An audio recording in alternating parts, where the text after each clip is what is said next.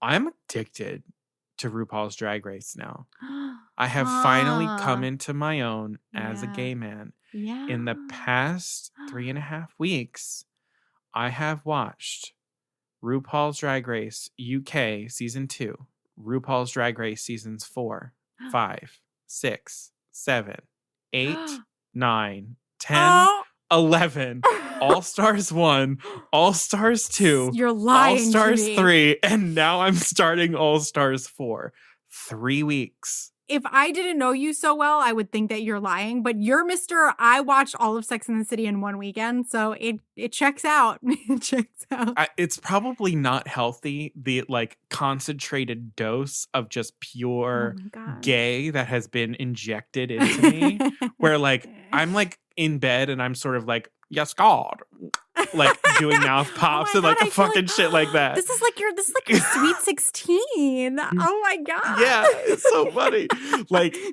I'm sitting there watching Trixie Mattel go, "Come on, chin strap," and I'm done. It's not good.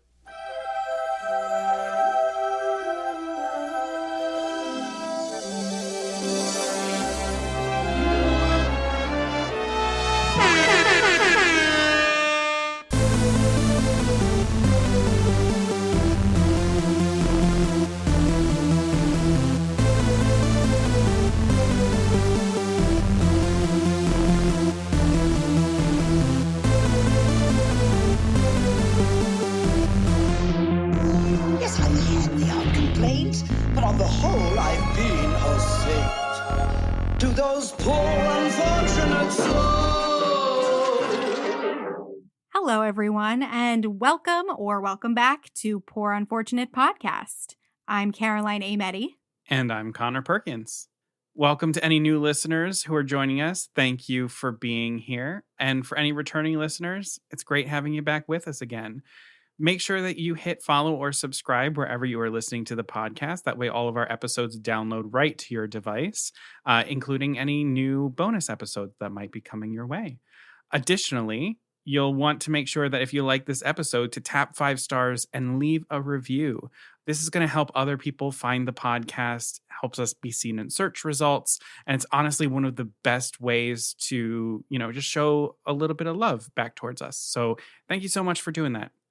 So Caroline, what's new?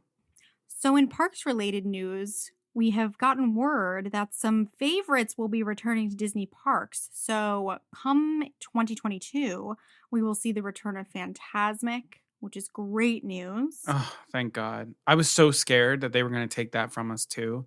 I don't know why. I just had this pit in my stomach that that was going to happen. The only thing that didn't make me fear that was I'm right now they're so lazy. They wouldn't even come up with something new to put there. So True. Fair. We're also getting back the Festival of Fantasy parade. I wish they had taken this moment to come up with something new, but all right. But hey, it's a parade, not a cavalcade. That's a fun announcement. Parade. Yeah, that's really true.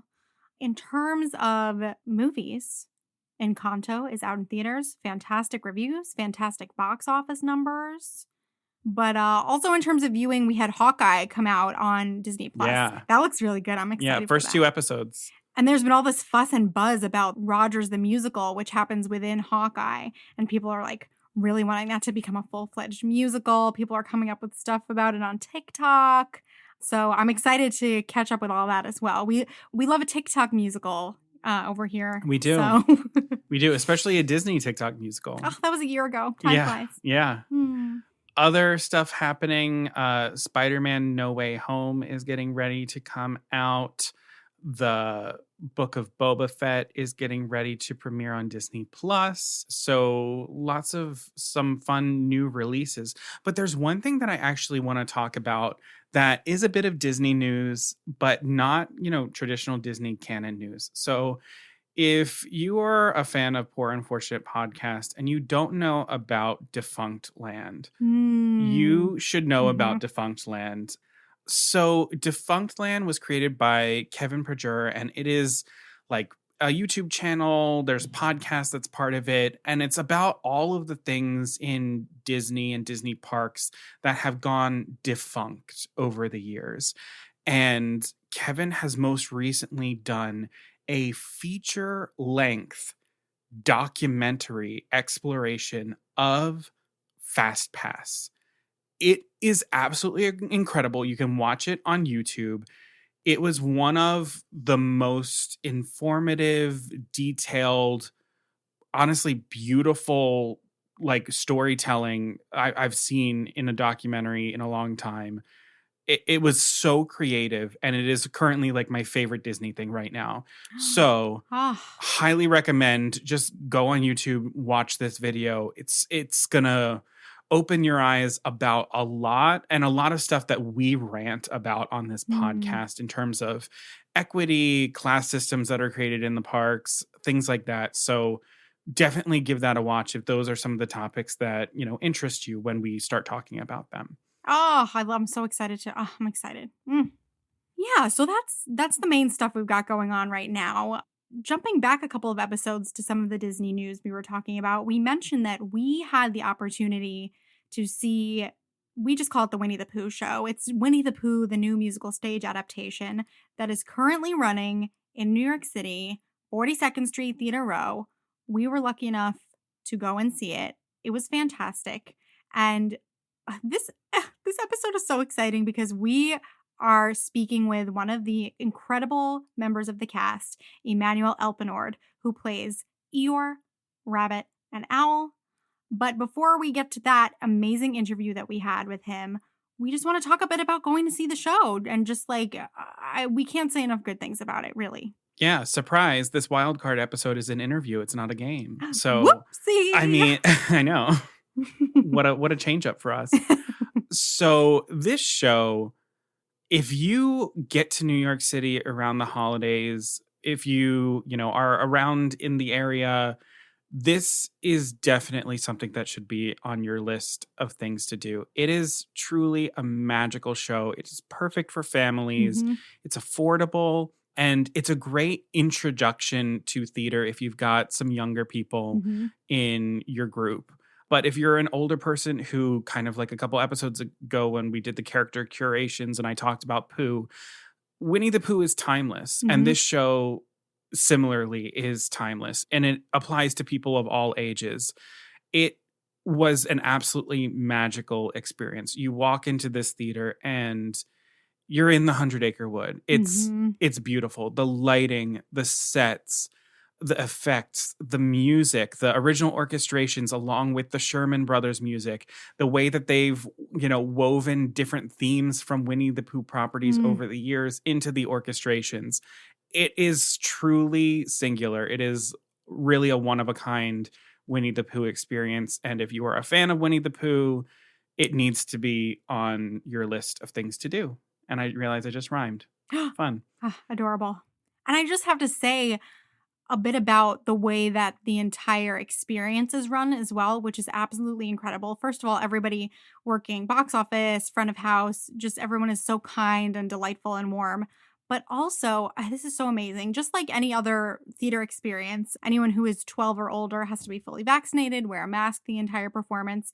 But obviously, this is child friendly. So they have a van parked outside of the theater that will do a rapid test for any kids who are not old enough to be vaccinated to take before the show. And so Connor and I were meeting outside the theater before the show, watching all of these little kids pop into the seat, get their little COVID test, Yeah. and then like go into the theater and enjoy the show. And they make it so gentle and easy for children. And it's just like, Yeah. that's what it can be. It can just be seamless and simple, and everyone can go into the theater feeling as safe and as relaxed as possible. And I cannot say enough about how comforting that was. And I got to give a huge round of applause for that, because we don't know how long we're going to be dealing with this, and they dealt with it seamlessly and wonderfully. It was amazing. Yeah. Absolutely. So if you don't really know anything about Winnie the Pooh, the new musical stage adaptation, this show is a musical, as we said, and it is done by fabulous actors and puppets. So all of the Winnie the Pooh characters have been realized in these truly state of the art, gorgeous puppets that have been created specifically for this show. expertly handled by these actors and puppeteers. The actors, they're just doing so much to inhabit the world, inhabit these characters, and bring these puppets to life. I mean, you're sitting there and you're like, I know that there is an actor right there manipulating everything, but this puppet is alive. Yes. It's so incredible.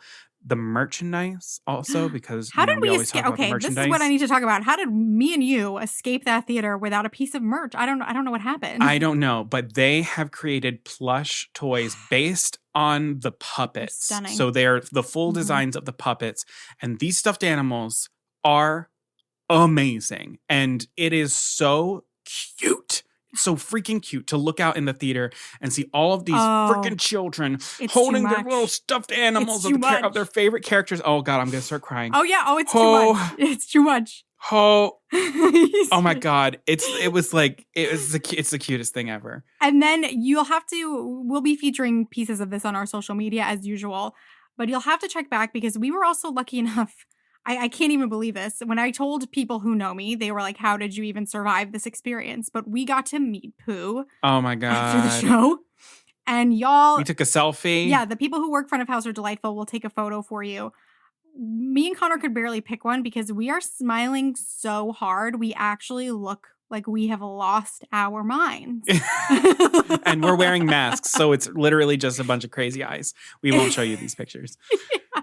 But it's just, I mean, these performers are so incredible. And I remember we got to go out there, meet Pooh, and I'm just like looking into the face of this puppet. And I'm just like, I don't know. I feel like my brain short circuited and I was just like, it's Pooh. Like, it's finally happened. Yeah. We're meeting Pooh. This is Pooh. I sound like I'm losing it, but that's what it felt like. Yeah. It was unbelievable. Yeah. So it is truly a remarkable show. It is a must see, a must do, especially around the holidays with families, because the story itself takes place throughout the 4 seasons. Yeah. You see Pooh and friends go through the changes of the seasons and, picks up different storylines from different Winnie the Pooh tales and movies over the years, integrated with the music. It's fantastic. You gotta do it. You gotta check it out. But without any further ado, this episode is our interview with Emmanuel Elpenord. So enjoy. Hello, everyone. So we are absolutely thrilled to pieces today to welcome a very special guest, Emmanuel Elpenord, who plays Eeyore, Rabbit, and Owl in Winnie the Pooh, the new musical stage adaptation, which opened on November 4th at the newly renamed 100 Acre Wood Theater at Theater Row on 42nd Street. Emmanuel, we're so happy that you're here. Thank you. It's so good to be here. I'm glad to meet y'all. We're fangirling a little because we were lucky enough to see the show. Oh, you saw the show? Oh, yes. Yeah. Joe mentioned. Oh, well, then okay, then we thought we were standing out a little bit because it was like us and a bunch of children, and we were seated at first right in the middle of the theater, and we were like, oh my God, they sat us directly in front of 2 small children, and I was like, no. And I went to the house manager. I was like, this won't do. You cannot sit us here. We need to sit in the back. Like, no.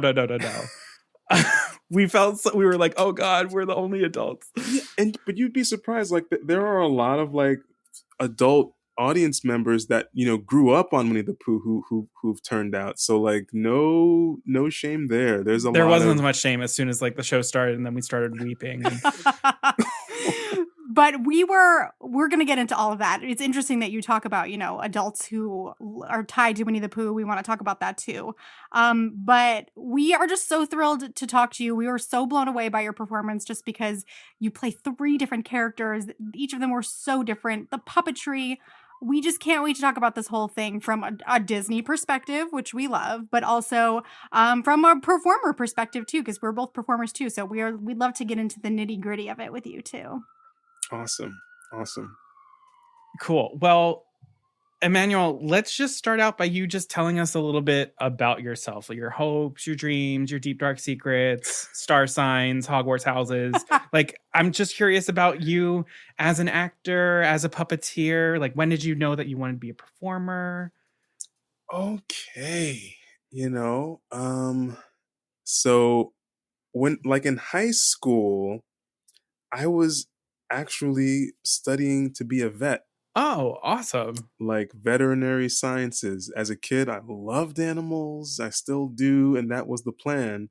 It was a 3-year program that I finished in 3. The extra year was to, repeat anything you needed, but I didn't. And I spent the last year doing extracurriculars, yearbook, the newspaper, and the acting studio, the acting club. And recently recounting that story, which is where like the kind of performative thing came. I was always a good student, but I was always, a class clown as well. I remember in middle school, I was in the drama magnet there and got a major exposure to Shakespeare and improv and all that whole theatrical tasting board, the sort of appetizer situation. Yeah. And oh god, it's such a like seems like such a leap because I didn't study puppetry at all, and yet years later it's become that my avenue. So how did that happen for you in terms of like what navigated you into puppetry? Because that's such a niche art for sure. Very much, and it is that has a more linear story.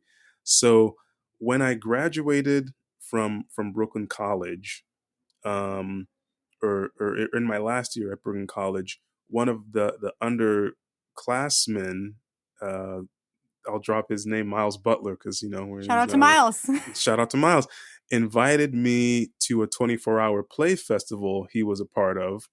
And in my team, the 24-hour play festival team, I think the audience and you guys know how that's kind of structured. Yep. The director, Catherine Hart DeCoux, introduced me to the drilling company with whom I went on to do a bunch of Shakespeare and Bryant Park and Yeah. that whole relationship experience with them.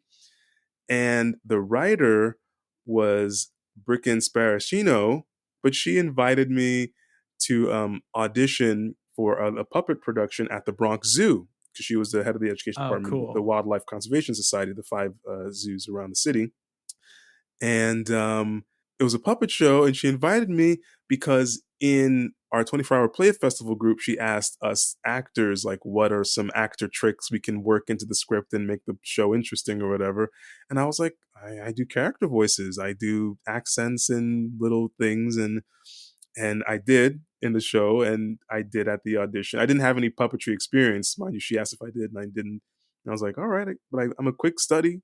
That's I can always pick the it up. answer. Yep. That's all and it's true. I don't, but I can tell you that I can pick it up, Mm-hmm. and I did. That's I awesome. picked it up, and that was my first puppet production. Commuting from Coney Island to the Bronx Zoo for a summer. Oh my gosh, I don't envy that. And then I did it. I did it for a second summer the following year, and then I think maybe like the year after that, I began marionette puppetry with the Swedish Cottage Marionette Theater. So I gained a lot of. I think I've clocked the most hours experience with string puppetry. Although you saw what I'm learning and have learned to do with hand and rod style in Winnie the Pooh. Yeah, it's interesting with the way Eeyore is that there's kind of the same sort of like marionette kind of manipulation that was happening there, and that was like one of the things that just I thought was impeccable. It was so cool. Oh, I'm really touched, Connor. I appreciate that. Yeah, I mean, I guess to speak to like the workshop phase of the production to the mounting phase now. I wasn't as part of the workshop process as much in between now and the initial stages, but I remember first experimenting with the Eeyore puppet and like I'll admit being a little bit intimidated by like my cast members' experience and facility with hand and rod style puppetry. And I was like, all right, I'm here. I'm gonna bring my skill set. Like how would I do this? And I immediately was like, oh yeah, the legs are dangling. I have that sort of a second sense of when the feet are on the ground because you can't really see with the way that the puppet is there, and you become one with the movement of the puppet in that way. And so I'm glad a discerning outside eye sees that as well. I appreciate Oh that yeah. very much. Oh yeah, for sure. Now, for our listeners, can you sort of explain the difference between marionette style puppetry and hand and rod, just in your understanding of it? You don't have to be like Sure. a How I expert understand. definition. Good. Remove all that pressure because it ain't gonna happen. I'm gonna explain it how I might. So to my understanding, hand and rod style, I guess in that technique, you're more within the puppet, such as your hand through the body and your hand in the head, and you're controlling the puppet through direct manipulation. It's more about embodying the puppet in that Mhm. case. Maybe pun intended. Oh, and I guess the larger difference is you can indicate speech with the mouth of the puppet in that Mhm. style, right? Whereas in marionette puppetry, rather, you're holding a controller separate from the puppet and it's connected by strings, basic definition. The puppet is outside of you. You're trying to Mhm. separate yourself from the puppet and I guess kind of like sending the creativity through telephone lines. Like it's like a long distance, like Oh. beep beep beep beep beep beep, like it's going down to the puppet and you're imbuing it with life as opposed to embodying the puppet in the hand and rod style. That makes a lot of sense. That's really beautiful. Imbuing versus embodying. You're communicating life into it from a distance. And I think I have more facility with marionette puppetry. What Yeah. projects have you worked on where you did marionette puppetry? I'm trying to Oh, visualize.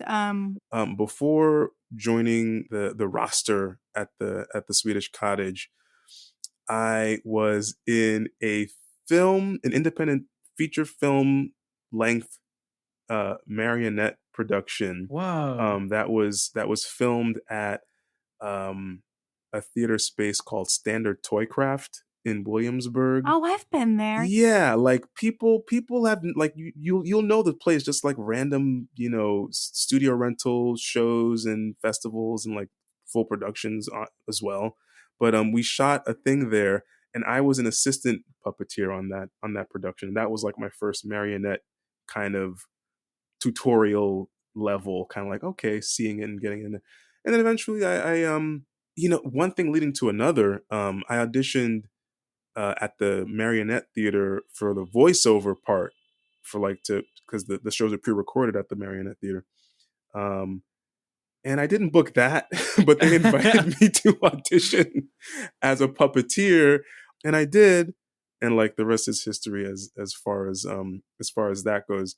But beyond that, I puppeteered at St. Anne's Warehouse with the Puppet Lab Lollapalooza festival there. Wow. Wow. That's Yeah. That's awesome. amazing. I love those stories too, where it all works out. You touched on it a little bit already, but we were kind of going to ask a bit about, since you said you kind of weren't there for all of the development of it, but just like what your audition process was like for this, and was your track of your three characters, was it established that it would be an actor covering those three, or was that something that came to be because you joined the project and your skill set? Just like how did all of that come about? And we'd love to hear more about that. Sure. So I was there I think for like what might have been the first iteration of the script, and at that point it was, I believe, Eeyore and Rabbit were split as like a track together. And when I was invited to read for that part and become part of the process at that level, I was like, "Oh, okay. That makes sense. I'm not going to read too much into that about what that means about about me and that, and I just won't read into it. And that's where that was. And I also met a version of the Eeyore puppet at that point, not unlike the one that's in the show now. But fast forwarding to the process now, I'm not sure, but I think I heard secondhand from other cast members that there was a little bit of a shuffle to see like what tracks made sense with what in terms of the timing of the show.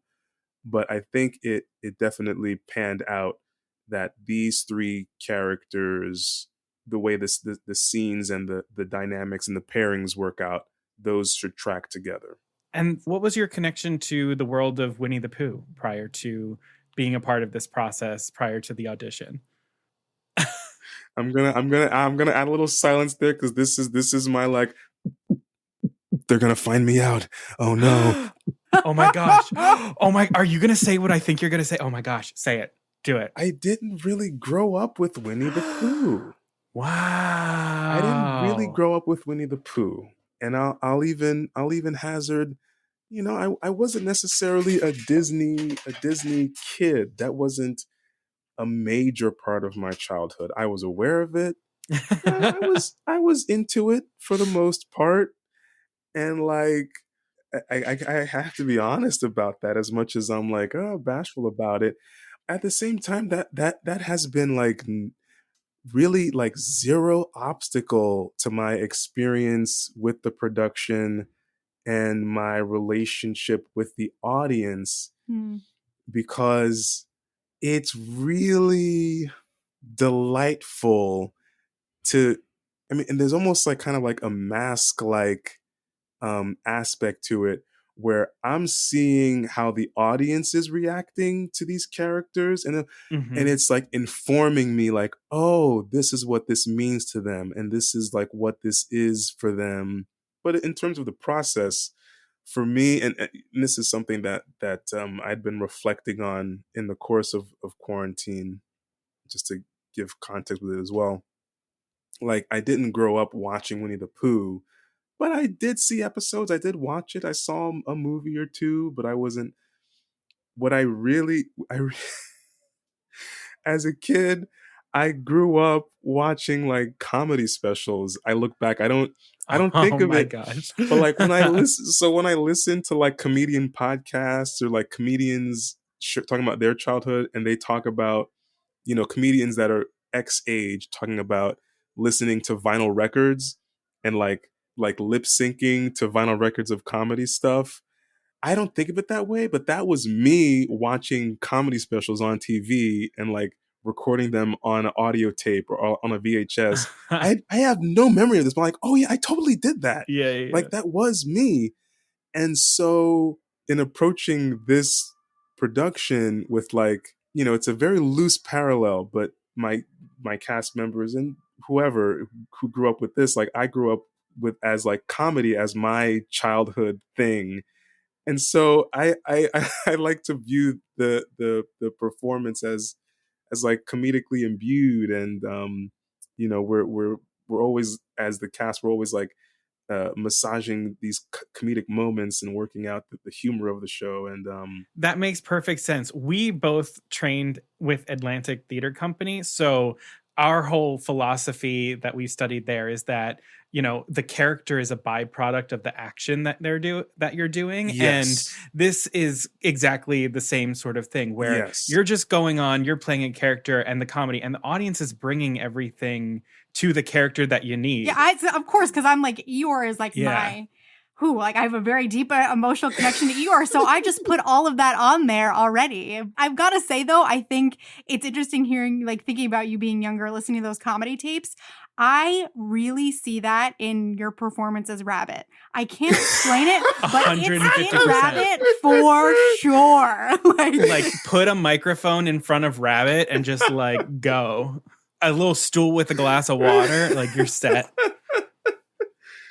That is hilarious. I'm so good. I do want to. Okay, now that I know that makes sense, I'm going to add a little, because in the rehearsal process, you know, we all discussed our relationships with Pooh, and I revealed my awareness but lack of like connection in that way. I don't want to front necessarily, and you might, I don't know, in my head I was like, well, you know, I didn't book this production. I was not cast based on my Pooh of, you know, knowledge or whatever. Like, that's not why I'm here anyway. I'm not gonna, you know, fake my way through that. I'm just gonna do what I know I can do and can bring to it.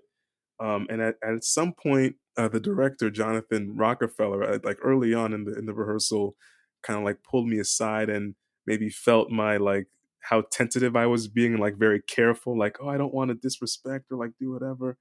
And he kind of broke it down to me like, okay, you know, Pooh and Piglet are there, you know, the sentimental, and Tigger has the raucous energy. Is like, the characters you're playing, Eeyore, Owl, Rabbit, these are the comic relief. Yeah. Like they're gonna come in and break up like the sentimental moments and have so like and you have that. Like do that, bring that.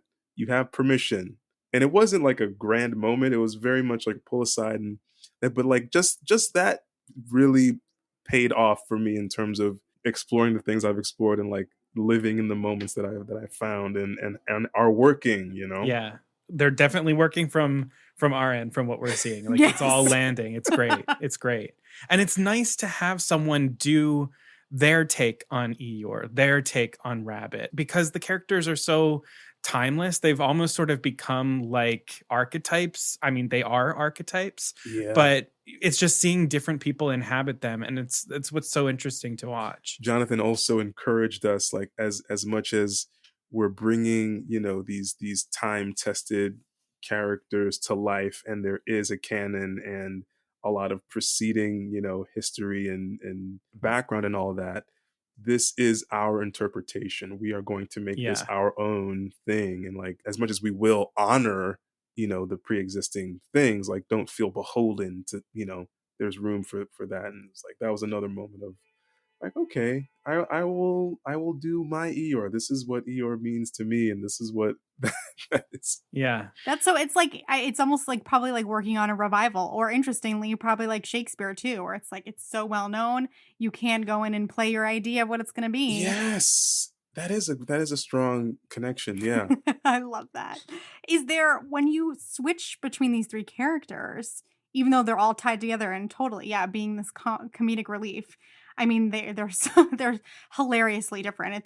It's incredible to watch. So, is there anything? I'm sure now that, especially because you've been doing it a while, you do, especially during this holiday season, multiple performances a day. Yes, we have. Is there anything that you need to do, or maybe had to do earlier on when you were developing it, to kind of anchor yourself when you're like, all right, switching from Rabbit mode to Eeyore mode now? Was there anything physically or vocally, mentally that you did to kind of ground yourself in each of those three characters? Yes, there is.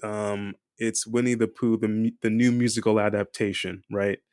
And I won't unleash it here, maybe, or maybe I will. But I have a decent singing voice, but I don't get to sing in the show.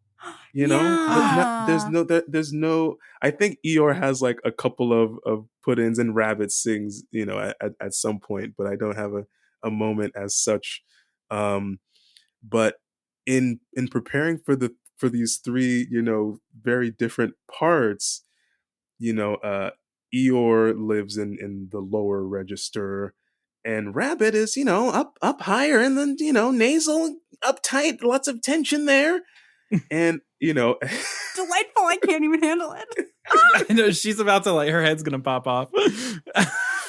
I've gotten into the ritual of like really stretching my lower register, so I'm not shallow in breath and end up tense by the top of the show, which is my first character entrance is with Eeyore, and then my last character entrance is Rabbit, which is up nasal, and then the entrances reshuffle again. So I definitely I prepare by like tenderizing my voice to go really low and then high, and then more diction work and dealing with Owl and making sure all the ruzzles and rolls and rolls and kind of really all these so different, like just delightful. God, Caroline, keep it together, please. So exciting. Oh, that's amazing. So yeah, I think it's more about preparing at the top of the day or performance and sort of flowing through than it is switching between the characters. Oh gosh, there is stuff I do actually. Like probably like it's probably so integrated you don't realize. Yeah, I don't realize it. I really don't. So like before entering with Eeyore, since we discussed the marionette style, it's a physically engaging show. There is much athleticism happening on that stage. And so with Eeyore, the puppet is low. And so to prevent, back injury, as opposed to sort of bending over the puppet, it's healthier to sort of keep your spine upright and crouch down. Oh my God. Huh. So Your core must be I've been insane. working in I've been working in, moments in the blocking where like I can engage with the puppet, but also moments where I can rest and keep the puppet alive to kind of, navigate the physical demands of it. With Owl, uh, I'm operating the puppet from behind in terms of preparing physically with the puppet. Oh, this is such a like sharing. Do it. So before the puppet enters, um, we're at the wings wings, pun intended, Haha. off stage, and there's light cast from the stage to backstage, and so, I shouldn't be so before I enter with Owl to help connect, a one-to-one with the beak movement, I set Owl forward enough to cast a shadow from the light coming from on stage, and I'll lip sync with the dialogue happening in the scene before I enter. That's Quietly. so amazing. Oh my God. And if I'm glad you enjoyed that, I'll give you a cherry on top. This feels like this telling to the right wing puppeteer between Christina and Kirsty, as I have like come to like gesture with me in the as I'm mouthing the dialogue that's happening on, and that's as much as that's like us playing, and it is like for the sake of humor, like in the background of that behavior is me syncing up with like measuring, okay, how does the trigger for the beak feel today? Like that's me kind of testing it out, warming it up, manipulating the head movements and my getting in sync with with my partner's gestures. And before we come on with that know-it-all, braggadocio energy. That's so cool. That's relevant to that, and Rabbit has a whole other. With Rabbit, you're connected at the feet, right? With Rabbit. Yes, there's my feet are in the back of Rabbit's feet. There's a connection to a harness under the costumes. I have my right hand in Rabbit's head, and in most cases I'm holding a prop through a thumb loop in Rabbit's actual left hand. But there is a rod at the back of Rabbit's arm as well for that manipulation. That was an even better answer than I thought. It's just know, so funny to think about. Everybody does their shows, and once you've gotten into the habit, you're in the wings, like mouthing along. So it's incredible to think of a 100 Acre Wood character also doing that. It's so funny to me. Oh, it's too much. Oh, wow. Now, in terms of, I know that we talked a lot about, how, you found the voices for these characters, but in terms of the movement for the characters, how did you find your way in there? Was there any sort of like research that you did? Did you look back at like other performances of the characters to sort of inform how they would move around? Or was that all just sort of organic out of the rehearsal room? That's a good question. I think because we kind of touched on like the two previous layers, but I think of it in like three layers.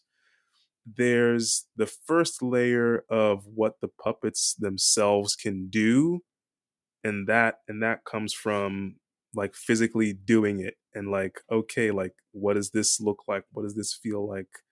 What's that? Um then there's the layer of like what is physically more efficient, or like what's going to prevent injury, like how can I do that? I found this thing, but is there I guess a safer or healthier way to do it so that I can keep doing it? Because there are some things you discover that like, oh, I really like that, but that I can't do that every time. It's not sustainability, I suppose. And then the third layer was external research, which for me was rewatching some of the movies, watching like episodes of the television series, and that was collecting like, for example, like little moments in the animation. They're like, oh, the puppet can do that. Oh, Like cool. I can work that into the show. Oh, that look, that gesture, that expression, that like that tone, I can steal that little bit and like work it in. There's a few moments where I get the Eeyore puppet to rest his chin on the ground and flop the ears down, which I don't know. It's one of those moments like you have to be looking for it, because I nail it. I try to get and I nail it, and we work that in. I know what you're talking about. Yes, so I get that going. Yeah. I won't say that the blocking has changed necessarily, but I've recently worked in another like more chin on thing moments.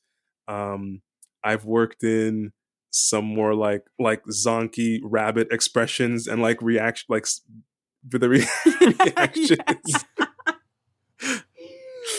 It's so interesting when you do it now. It's like, again, talking about the audience projecting, you do it physically now, and I can see the puppet in front of you. It's bizarre. Like, it's so strange.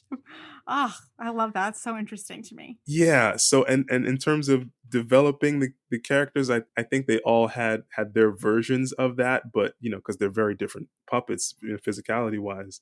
There's a moment in the I don't want to ruin it. There's a moment in the show where Eeyore, like the ear flops over and covers his eyes.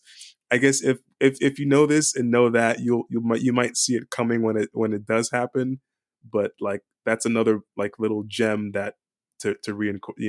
I think I thought that happened by like mistake, and you just rolled with it. I remember specifically, I was like, oh, I wonder what he's going to do. His ears over his eyes now. It's so interesting. Oh, wow. Honestly, my mind is blown. Wow. That's like the highest compliment you can give, personally, because this is going to be a tangent. I'm going to bring it right back, because I think of puppetry, and this is something I'm stealing from someone else, mind you. I think of puppetry treated in the way that dance is, where it's an art form where it's not entirely physical, but primarily physical. Dancers sacrifice their hips and their knees for their art form. Puppeteers sacrifice their lower backs and their shoulders in most cases, right? And the beauty of dance in a lot of ways, or ballet to point out specifically, is the idea that it's incredibly difficult, but you make it look effortless. Yeah. And that's where like the beauty of it comes in. We manipulate these little moments in the show where you thought it was an accident, where me and Chris were like brainstorming and like workshopping, like, okay, if you put your hand there, and I know this, is that like, okay, if I flip it up, flip it forward, like how does it, to the point where like you're watching the show and you think that just happened, and like, and we're paying very close attention to making that moment.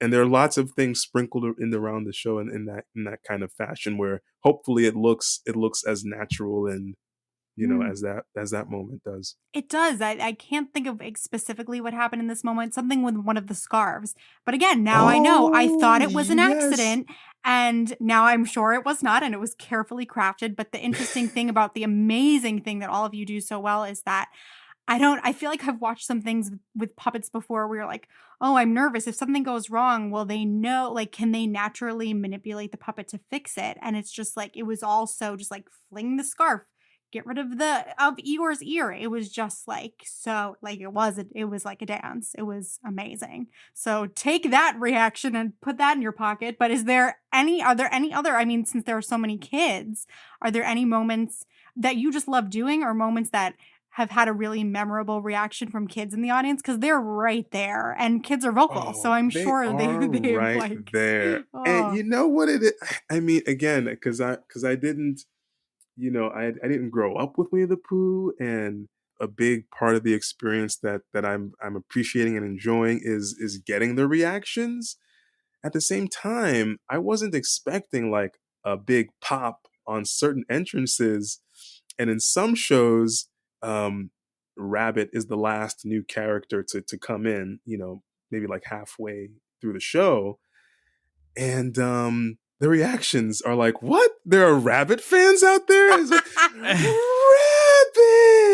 It was like, it's always that tone of like, oh, There you are. My heart. Oh my god. When Eeyore comes out, there's a lot of reactions of like, Eeyore, like, oh, reliable. There we go. We knew, we couldn't. I think the beauty of the moment when Eeyore first enters is that it's, the scene is happening regardless of him, and the audience is the only people who are aware of it and recognize him, and he's just, he just sits there until that first moment, and it's, oh, well, thanks for noticing me. Oh my god. That's the was thing. Just standing here. When we saw it, it was someone around us, closer to our age, when you started walking on, like in the background, I just heard like a soft like sigh. It was like, oh, just like, oh, Eeyore. Are you sure that wasn't you, Caroline? Might have been. You might be right. Also, that rabbit reaction makes so much sense to me because I feel like I remember thinking that too, like, oh yeah, we're gonna get rabbit, and the puppet is so like, he looks so bouncy and squishy, like, yeah. The puppet is amazing. I mean, it's huge. Like, it's like, I think that's what really struck me about Rabbit in the entrance, because I mean, up until then we've seen all of the other characters, and then Rabbit comes in and it's just like, and here is the pièce de résistance of what puppetry can be in the show. Oh, wow. I was going to say, but before we kind of move on, I want to give Owl his love, because when Owl enters and, the wingspan, you mentioned the biggest puppet, I think in terms of visual space, Owl, yeah, when it enters and exits with the full wingspan, we like to give him that crown. Owl entrances, the kids are like, Owl, look, there he is. And there was one show, and I don't know if Chris will hear this because he and I reminisce about this one. When Owl exits, like Owl comes in, he knows all the answers, he says what he says, and then he exits, and one of the kids in the audience goes, and Owl is gone. It's like, there he goes. You need to like get that kid back and like plant them in every single audience for every show. Oh my god, pleasure. That's amazing. Pleasure.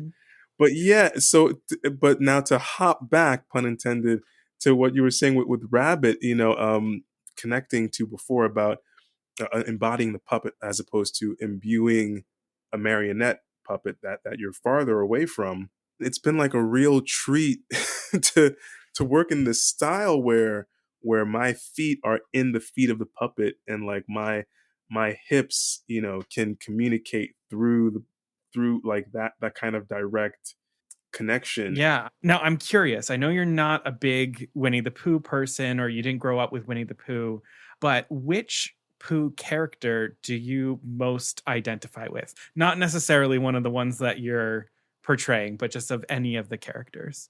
As much as I tried not to read into the casting and at the initial workshopping, and even now, I really do relate to Eeyore and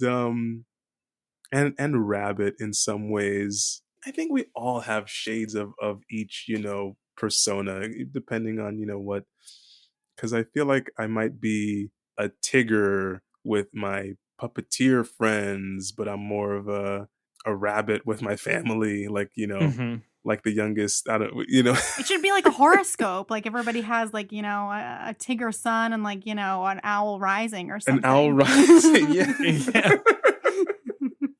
That would be it. I guess in playing Eeyore, thinking about like who he is, what he means, whether like how I can relate to him. The idea of like being there to cheer people up, and like, even though he's, oh gosh, I don't want to go into that. It's like it's a little too like sappy, but if you haven't noticed, Caroline loves sappy. I was like, so yes, what? Feel free. It's like the idea of like, oh, he's he's mopey and so, but they still want, they still appreciate him and keep him around and have him around there, and even though like Rabbit can be a little uptight, a little rigid, stern, and it all comes from a good place. And You know, Mm-hmm. with Al, they keep him around to kind of solve the problems, even though he doesn't. He just makes them worse. Starts makes them worse. But you know, he's still a friend and all. You're sort of saying how, like, whatever your quote unquote fault may be, it's valid. Like it has a place in the group. Yeah. And like when it's coming from a place of love, like it's okay for you to just sort of like come as you are. Yes. Yeah. Because you Yes. honestly, with what you just said, answered what I was gonna ask next, which is from your perspective, which you didn't grow up with it, so it's an outside perspective in a way. Like, what do you think, draws adults back to the 100 Acre Wood? But now you're making me think. Like, I feel like that is kind of the core of the Pooh story. Is like you said, Connor, like flaws and all, come as you are. Like you can be a part of this group and bring all your stuff with you. Again, not to make it overly sappy and like maybe look too far into it, but what else do you think it is? Like, have you sensed from audiences maybe who are older who come back for it? What do you think is pulling people to the world of Pooh?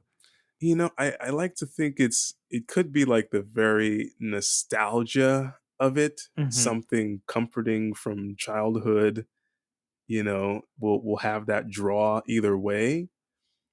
But I think the recent global hardships we're all going through in terms of pandemic and quarantining, the idea of friendships and what that means, and returning to that like childhood instructional manual of like, you know, this is friendship, you know, and going back to that, I think that is what's drawing people now.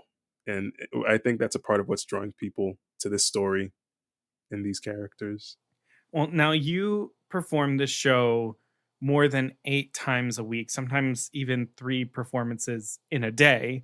How do you keep it fresh? How do you keep your energy up, especially for those early morning performances? I mean, it is not an easy feat what you're doing. No. How do you prepare yourself for that?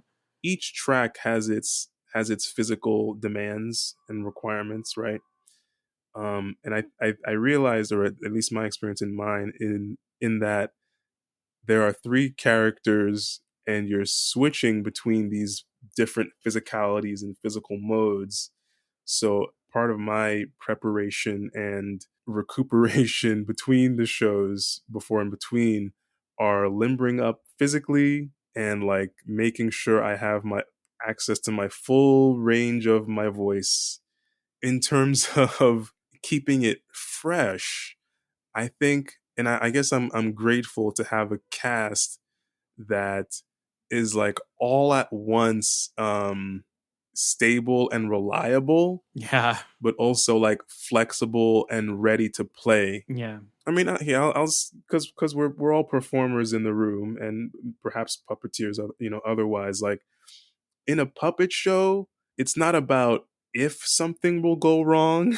It's Yeah. about what you do when something goes awry, because Yeah. that's the nature of, you know, let alone like a live performance, live action, where something can go off. When the art form relies on these external physical things that are crafted and built, you know, things wear out, things happen. So it's that kind of trust we have with each other to like, oh, this happened, and keep it going. And even on top of that, the cherry on top of that is having a cast that's always looking for like how to tighten this moment, or like how to not necessarily bottle that lightning, but how to craft a moment that like, oh, that worked when I did that, I'm gonna keep doing that, or I'm gonna like Yeah. make this adjustment. Like a sense of play, you know, Yeah. a sense of play is what keeps it fresh. And I'll tell you what, a big part of it are the audience reactions. We you know, not that we live and die by it, but it definitely feeds us. Yeah. Mhm. You know, I'll share like a something, Chris Palmieri, you know, who plays Tigger, you know, and it's a very energetic, you know, he's the only one after all, very energetic track and part. And there's times when, you know, when he's worn out, but the audience reaction, we're like, they'll clap along with, a whoop-de-dooper, and suddenly like this wellspring of energy you didn't know you had comes up. Yeah. And so when it's the last show of the weekend and Eeyore gets that laugh from that first line, and like, okay, my lower back isn't so tight anymore. Yeah. Or, the moments where like, oh, the audience, they get it, like they appreciate this. There's something that keeps those shows fresh. Wow, I'm such a Nice. cornball. That really makes me feel kind of emotional. Like that's what it's all. I mean, that's what it's all about. Oh my I'm God, so sorry, Caroline. but it's really just like wow, it's really beautiful. You keep leading perfectly into what my next question is going to be. And maybe this is a stretch, but I feel like it might not be. What you were just talking about of really taking the audience in was such a huge part of the Shakespeare training that I received. So do you feel like, especially, you did drilling company, doing it in the park, did that skill set come in handy in this situation? I feel like it really would. Yes, because it's like a skill set that's just like in the stew. It's all like a stew of skill sets in terms of like, oh, this ingredient is like, oh wow, I didn't realize my Shakespeare things kind of became relevant. But the idea of working with the drilling company, it's all outdoors. It's like in the round primarily, or thrust in most cases, or at least a wide proscenium to say the least. There's lots of distractions because it's outside in the city. And, Shakespeare has a lot of fourth wall breaking and interacting in air quotes with the audience, or like playing off of their energy, or letting them in to be part of the story. And I think that definitely is infused in all those elements, from the distractions to the like, sharing it to a wider proscenium seating. As strange as it is, theater for children, like that is accessible to children, and Shakespeare feel very intertwined to me, and I find it very interesting. Yeah. Yeah. Like for children's theater, you're delivering the text in a way that a child could understand it. You don't want to like blur the speech XYZ. And in Shakespeare, you're delivering text that the audience might not understand. So you have to communicate it in a way that makes, you're delivering your intention more than the words in some sense. Yeah. In that case. Yeah, that's so true. There's a whole thesis paper in there somewhere. Oh, yeah. Now, do you have any specific dream roles, Disney or otherwise, just for you personally? Oh my gosh. I didn't grow up or train with like a dream role or a dream show in mind. When I started to to work in such a way, it became more like my professional goal was to be in a production where I show up, warm up, dress up, go on stage, and do my thing, and then I go. And that's kind of the point of that I've achieved in this production, to say the least. My dream genre is comedy ultimately. Mm-hmm. So like, as much as you ask dream part, dream role, I don't think I have it as much as like, something that showcases these things, or that allows me to work in a certain way. And I'm getting closer to it, or like I'm at it, but there's even more to layer on that. So I'm really, yeah. It's probably healthier to chase after how you want to feel rather than like what you want to play. Because that could lead to disappointment, but how you want to feel, it's interesting. I love that. Because also how you want to feel could happen at any moment. Yeah. Whereas, a dream role, you attach it to a specific thing. To a time and place. Yeah, that's a much healthier way of thinking about things, and I am definitely going to be stealing that. The next thing, we're getting close to the end. I'm really sad. I'm interested to see what your answers will be. We like to just have you answer some little rapid fire Disney related questions. Oh, no pressure. Boy. This is good. It's no pressure. It's gonna be funny. If you're like, don't care, just let us know. You're like, it doesn't matter to me. So, no connection there. That's fine. So, first question is, do you have a favorite Disney villain? Oh, a favorite Disney villain. I feel like this says a lot about people. I kind of do. Yeah. You know what? a lot of, it's the kind of thing when people ask me about favorites, I like to throw the caveat of like, this is my favorite today. Yeah, yeah. If you ask me the question yesterday or tomorrow, like I might give a different answer. But like the first thing that pops into my head for some reason are the hyenas in The Lion King. Ooh, good I answer. don't know why, but that, and also is this Disney? The Emperor's New Clothes, the Queen, the Yzma. We couldn't agree more. Yeah. We Yeah. love Yzma so much. Yzma is like Caroline's favorite. So Yzma Okay. is it. Yeah. Yes. That's a great answer. Eartha Kitt, you can't go wrong saying Eartha Kitt. So. Exactly. Exactly. Yeah. I also love that the hyenas are great, they're great puppets on Broadway right now as well. So very interesting, Yeah. Okay. Today's favorite Disney song. Okay.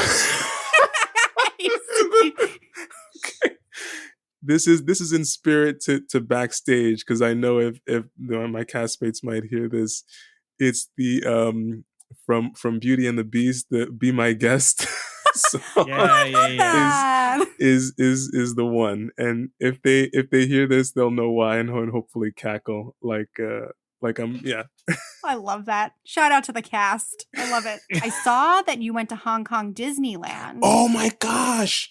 So I didn't. So in part of not being a Disney kid per se, my first Disney. I'm already answering your question. You didn't finish saying what you were going to say. No, I'm waiting. I'm loving it. My first. I didn't go to Disney as a kid. My first time going to Disneyland was on tour with the Very Angry Caterpillar. We went to Hong Kong, to Disney Hong Kong, and we went to Disney Shanghai. So twice in a summer, both for the first time. And then I went to Disneyland in the US later. But yeah, what was the question you were going to ask before? Well, I was going to ask, first of all, I think, tell me what it was like having your first time being an adult. I mean, that's interesting. But I wanted to know what your favorite ride was, because Shanghai especially has like what looks like the best rides. We've never been, but would love to know your favorite ride. We went on a few. I mean, it was the novelty meter was through the roof, because it was like in China, but also the newness of Disneyland to me. And yeah, that's that is a system overload. I get it. Yeah. Favorite ride, the Tron motorcycle style ride was which is good. Never going to finally be finished, because we're supposed to get it in Magic Kingdom and Disney World, but we have been getting this ride for the past like 1,200 years. Like they're never gonna finish it. Who's your favorite Disney sidekick? Favorite Disney sidekick? Are we including Pixar in this? Oh yeah, we can include Pixar. Oh boy. Oh, I think I might go with like, Sully and Mike. Yeah. For that buddy sidekick. Nice. My last rapid fire Disney question. So out of all the Disney movies that you've seen, if you could delete one from history forever, just get rid of it because it was like absolutely no, which one would it be? Oh my gosh! I don't think I've seen enough to really to that makes it more interesting. Mm-hmm. Now, yeah, a good one's got to go now. I know he's gonna be like Beauty and the Beast, kill it. Part of me, I don't know if this is the answer I really mean, or if this is just stirring up trouble. We love trouble, but I think 101 Dalmatians. Valid to me. Yeah, I understand that. Bye puppies. And I don't know if the sequels are included or not. But just by logic, you have deleted those characters from existence, so there's no sequels. All right, that's a bold choice. That's bold. I love a bold that. choice. Great. Well, Emmanuel, this has been an absolute pleasure having you on. Oh my gosh, I had a great time. Oh, good. But my final question for you is, why should folks come and see the Winnie the Pooh show, and how do they get tickets? Well, you should come see the show because it is a load of laughs and love, and it's a delight for the senses, visually and audio wise. It's the original music from the Sherman Brothers are all in the show. It's like it will satisfy like the classic hardcore Pooh fans and the youngsters new to Pooh. I think we'll find lots of things to appreciate in our show. And you can go to winniethepoohshow.com for tickets right now. You heard it here first, folks. And Emmanuel, can you tell people who are listening where they can find you online, so they can follow along with everything that has to do with you and what comes next and what's happening now, all that good stuff? You can reach me at elpenord.net, and you can find me on Instagram at sword.of.elpenord, at sword of Elpenord. Well, Emmanuel, thank you so much for being with us tonight. This has been just like such a pleasure, and congratulations on the show. It's truly just such an amazing feat, and you have so much to be proud of. Cannot say enough good things. And really, you make it look easy. We're so grateful. Thank you both so much. Alrighty, so that was our interview with Emmanuel Elpenord. What a delight. Thank you, Emmanuel, again for joining us. Thank you all so much for joining us for this very special wildcard episode. If you liked what you heard, please remember to hit follow or subscribe wherever you're listening to the podcast, and make sure to hit 5 stars and leave a review so that other people can find the podcast. They can read what you have to say and click play. I know it seems like it's nothing, but it is everything to us. So thank you so much for taking the time right now at the end of the episode to go ahead and do that. We would love it if you could also follow us on social media. We are at Poor Unfortunate Podcast on Instagram and Facebook, and we are at Unfortunate Pod on Twitter. Definitely check the Instagram, especially for some materials related to this episode, some pictures from the Winnie the Pooh show, our selfie with Pooh himself, all of that great stuff. And of course, more info on our amazing guest, Emmanuel. And if you're looking for a little more Poor Unfortunate Podcast in your life, please join us in our private Facebook group, the Poor Unfortunate Fam. So that's a private Facebook group for our listeners. We've gotten to know so many of you so much better through this group. We share Disney news, we play little games, and just we love talking about the episodes with you and learning more about what you love to hear. So we would be thrilled if you could join us in our nice little corner of the internet that we have going over there. And as I always say, it does take us a little bit of money to keep the podcast up and running and coming to you all. We do have a PayPal account where we are accepting donations. It is linked in the episode description and in the website links of our social media accounts. Truly, anything that you might be able to send our way goes a long way for us. You can make a donation of $5, $10, more than that. You can make it recurring monthly, or you can make it a one-time donation.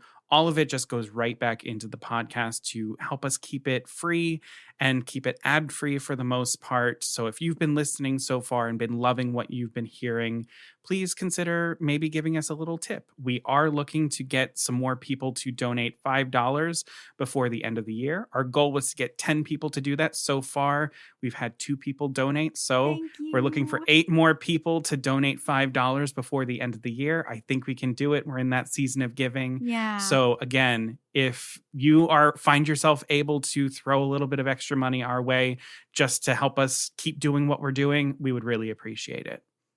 Well, alrighty then. That's going to do it for us. Until next time, Beluga Savruga.